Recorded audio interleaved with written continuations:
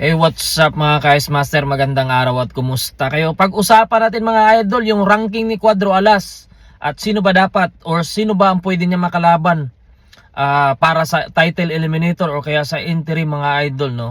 So number 4 si Cuadro Alas sa 122 pounds WBO at ng number 1 si Martin, number 2 si Nakatani, number 3 si Sam Goodman at meron tayong nakalap na usap-usapan lang din mga idol na itong si Nakatani ay WBC yung target at baka maglaban sila ni Sam Goodman for interim or title eliminator mga idol. So ibig sabihin yan, ang matira sa 1-4 ay si Martin at saka si Cuadro Alas. So ngayon mga idol, no, usap-usapan ngayon sa social media lalo sa mga Filipino boxing fans, magkakaibang opinion yan. Casimero fans, Carl Hamis Martin fans, kung sila na lang daw ang maglaban para sa title eliminator mga idol. So posible para sa akin mga idol, posible naman yan dahil number 1 si Martin, number 4 si Casimero. So posible talaga na sila ang maglaban sa title eliminator kapag hindi matuloy yung laban ni Martin. Yung sinasabi ni Silver Boys kahapon o nakarang araw, magkakaroon ng laban si Martin sa Saudi kontra David Picasso. Pero yun mga idol, hindi pa naman sigurado yun. Si Silver Boys lang naman nag-announce nun eh. So hanggat wala pang official announcement sa kabilang sa kampo ng mga boksingero, hindi pa sigurado yun mga idol. Kasi yung nag-announce nun sobrang takot niya kasi kay Martin. Napa-announce siya, kumbaga pangpalubag loob niya kay Martin ba para umamo or kumbaga mawala yung galit sa kanya. In-announce niya yung laban kunyari. Pero yun talaga, hindi pa naman sigurado yun. Kaya, hindi pa naman official yun. So kung sakaling hindi matuloy yung laban na yun kontra David Picasso, usap-usapan ngayon, bakit hindi na lang si Casimero at si Martin for eliminator? So yan mga idol, pwedeng-pwede yan. Pero ang tanong dyan, saan kaya gaganapin? Kung ang promoter ay Kamida Promotion, no? So depende kasi yan.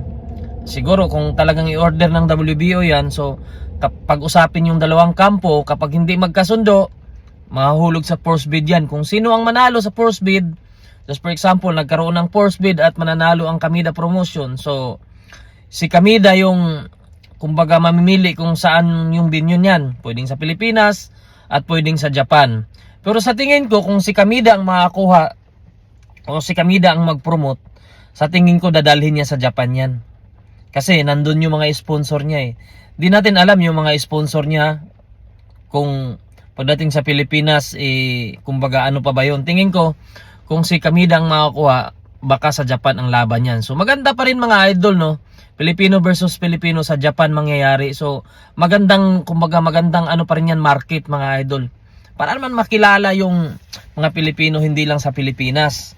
So maganda yan mga idol. Kung sino ang mananalo, so yun ang makaabang sa belt ni Naoya Inoue kung sakaling gusto niya pang magstay, or kung hindi naman siya magstay, bakante yun kung sakaling matalo naman niya si Bam Rodriguez. So automatic na kung sino manalo sa Casimero versus Martin, yun ang lalaban sa bakanting belt mga idol. So pero ang tingin ko dito, ang tanong dito mga idol, no, ano ba sa tingin nyo?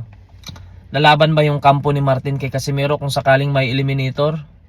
Kasi para sa akin undefeated si Martin, pero tingin ko hindi bias mga idol Alam niyo naman Casimero fans ako, pero tingin ko talaga kahit hindi ako titingin, kumbaga walang bias, tingin ko hilaw pa si Martin kumpara kay Casimero. Kasi sa experience, sa lakas, kaya nang sinabi ko hindi pa naman tested si Martin Hindi pa naman siya nakalaban ng mga talagang bigatin or mga nasa ranking, world ranking talaga. Wala pa siyang nakalaban nun, kaya tingin ko 50-50 dito kung papayag yung kampo ni Martin mga idol, no? Pero kung may order yung WBO kasi, hindi naman, kung tumanggi si Martin, mawalan siya ng spot. Kasi kung tumanggi siya, maghahanap yun ngayon kumbaga maghahanap ngayon yung organisasyon sa number 1, number 2. Kung hindi rin available yung number 1, number 2, baka sa number 5 kukuha yun. Kung sakali lang mga idol Pero kaya tingin ko, kahit alanganin sila, lalaban yan sila dahil no choice sila Pero yan mga idol, mangyayari yan kung hindi matuloy yung laban doon kay David Picasso. At kung sakali namang i-request ng kabilang, kumbaga kung i-request ni Kamida sa WBO o i-request ng kampo ni Martin, so mangyayari yan mga idol kapag yan mangyari, sigurado magkagulo yung mga Filipino boxing fans, no. Kaya yun lang mga idol, sana mangyari yan para naman kumbaga sa Pilipino pa rin yung kung sino man naman nanalo, sa Pilipino pa rin yung rights sa lalaban sa bakanting belt ni Naoya Inoue. Kung sakaling ibakante, kung hindi naman ibakante, pwede namang mandatory. Kapag wag lang matalo si Naoya Inoue kay Bam Rodriguez, kasi kung matalo siya kay Bam Rodriguez, ibang usapan na naman yan mga idol.